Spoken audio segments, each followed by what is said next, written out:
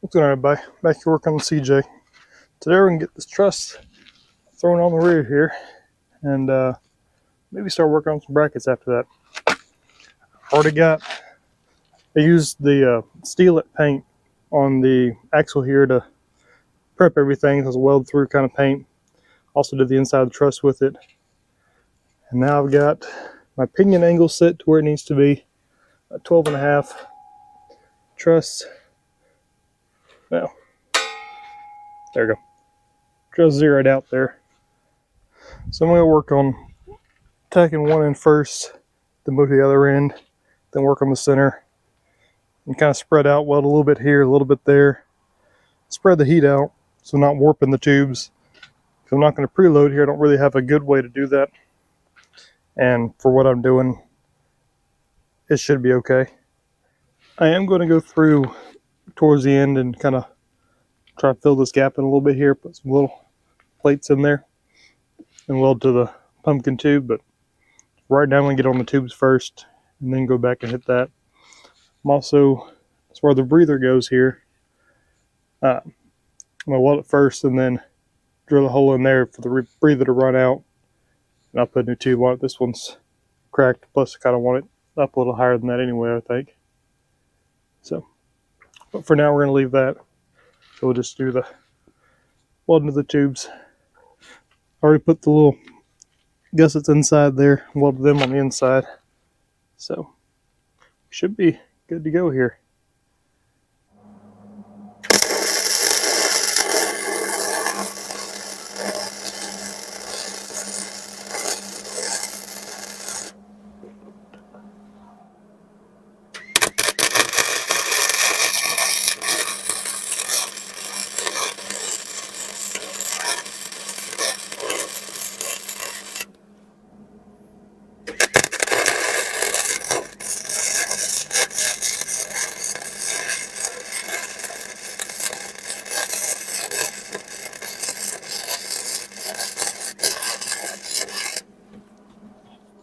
Alright, so now we've got all four corners tacked up on this thing. So now the whole truss is resisting any movement from the axle. So that way we should be able to kind of weld everything else, and it shouldn't move too much, if any, really. It'll probably warp up just a hair, but it should be okay. Now that I got it tacked, I'm also going to rotate the axle upright here a little bit, make it easier to get to these welds, because definitely want good welds all the way around on this thing.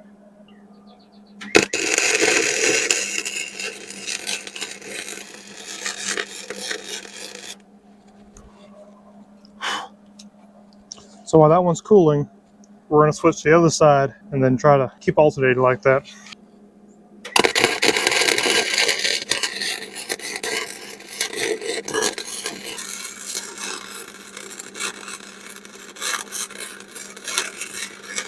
One thing I'm trying to do when I'm doing this is put a little more heat into the axle side of the mount, or axle side of the weld here too. So I know this is going to take a lot more heat to get good penetration than the truss itself will, especially since I only have a 110 volt flux core welder here. I do have some solid core wire and some gas. I don't have a regulator for that yet, plus I'm outside and it's a little windy today, so my gas will just get blown away anyway. So I'm going to use flux core because that's what I got.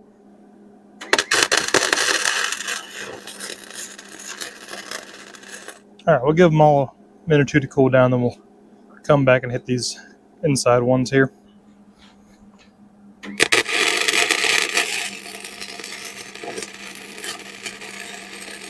One thing I'm dealing with here too is the fitment wasn't exactly perfect.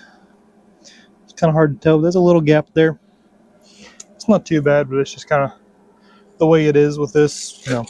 If you were to build your own truss, you can get it exact, but the bends on these prefabbed ones aren't always going to be perfect. So kind of bend it down as close as you can and then fill in any little gaps you have. But we're almost there.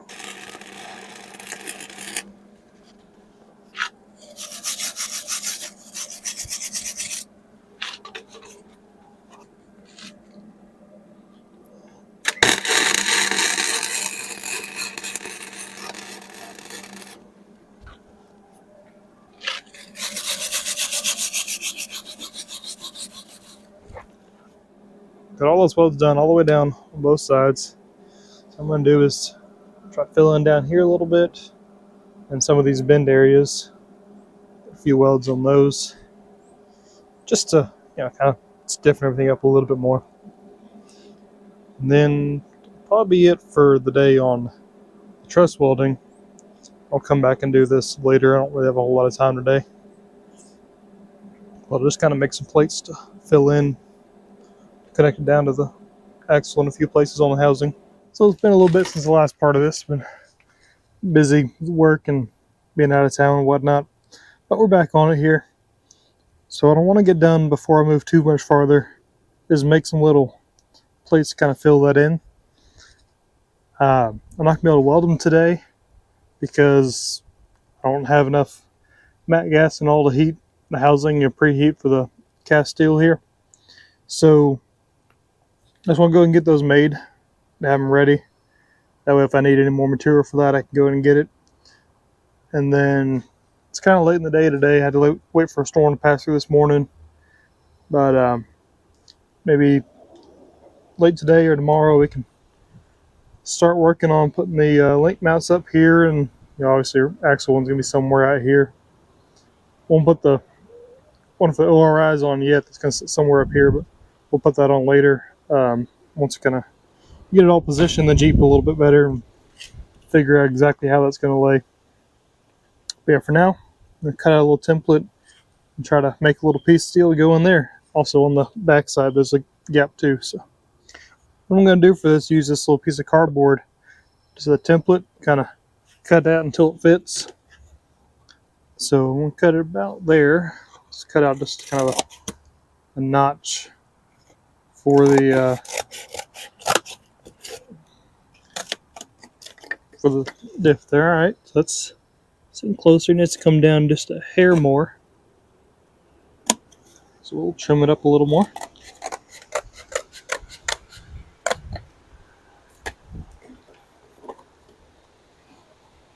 It's not too bad.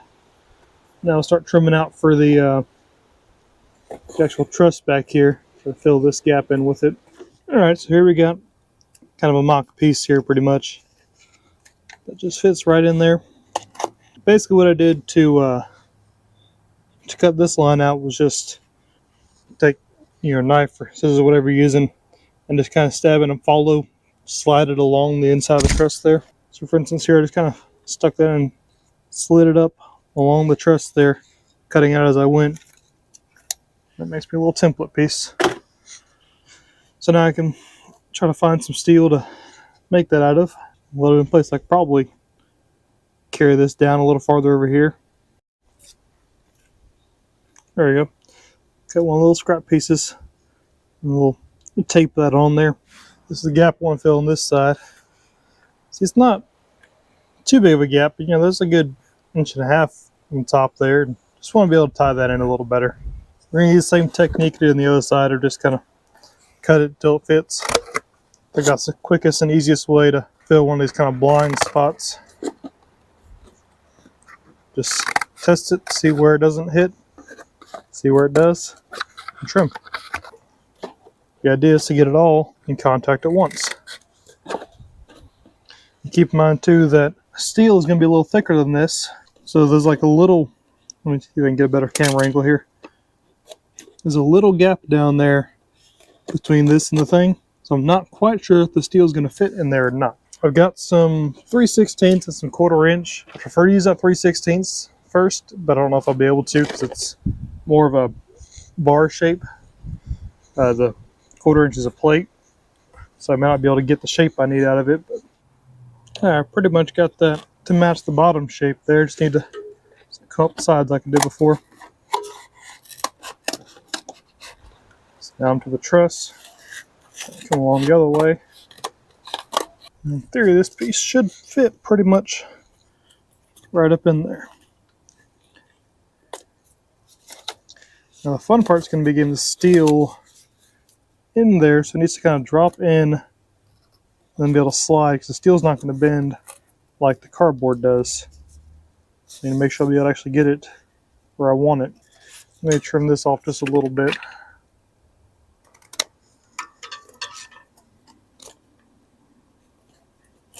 and obviously any little gaps I can fill with weld. So yeah, it'll fit pretty something like that. I'll just kind of make a note to cut it a little taller up here, and yeah, should fit pretty good. I was able to get it all to fit on one piece here. This is that 3/16 piece I had. I have to make the, I guess will be the front side of the truss, 2 pieces to fill it in, because it kind of runs off my plate here, but that's fine. That'll work for what I'm doing.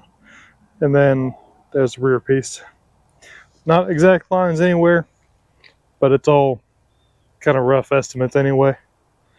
We're not shooting for perfection, just want to close up that gap, give it a little bit more stability there. So this will work. We'll get the plasma cutter all set up, cut these out, and yeah, see if we can beat the sun on that. Somebody that wants to help out with the Jeep here. Hello there. One thing you want to do while you're getting ready to plasma cut here is make sure they're around is clear of anything that's going to burn. Maybe any little wildlife too.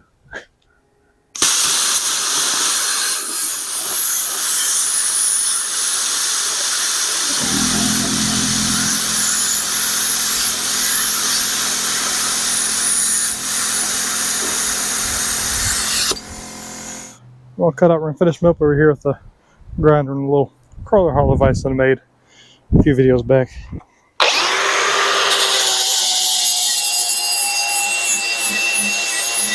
Alright, let's go see if these fit. Alright, back here working on the truss again. Ignore all this. It's been a little while since the last clip you've seen, so I've done a little more work to this, but we're going to focus on getting these little pieces that I made in that last clip welded in here. See, I already got the front all done. I want to make sure I knew what I was doing before I showed it on camera here. So basically what I've done with this rear is go ahead and weld it up to the axle all the way along there. And now I'm going to preheat both the cast steel and the little mild steel plate there too to about 300-400 degrees. Weld it all up and then post heat it a little bit, so just kind of slowly bring that temp down as it cools down, you know, because this is going to cool faster than the truss side will, just because there's a lot more mass down there and, you know, a lot thicker. So we're going to kind of heat this up a little bit while that's cooling down, so it's all gradually come down about the same rate. That way you keep any cracks from forming in that weld from that thermal, you know, shrinkage as the metal cools down. So that's the plan. We can get this thing knocked out. Microphone audio died here. I think I figured out what's causing that, so hopefully it'll fix, but I'll have to voice over the remainder of this video. As you can see, I'm trying to evenly heat both parts. It's probably quicker with a MAP gas torch or oxyacetylene, but propane works well. Once you get everything above 300 degrees or so, you're ready to start welding. It's good to go ahead and have your welder set up and ready to go so that parts don't cool too much before you start. The welding itself is pretty standard. Just make sure you're laying down a nice decent bead. It would really stink to grind this off and redo the whole process. After you finish welding, you have a few options. I chose to monitor the temperature of the mild steel of the truss, the cast steel of the housing, and the weld itself to make sure they're all staying approximately the same temperature by heating up the lowest with the torch so that it matches the hottest. In my experience, this process only took about 15 to 20 minutes until it reached about 100 to 150 degrees, at which point I just allowed it to finish cooling naturally.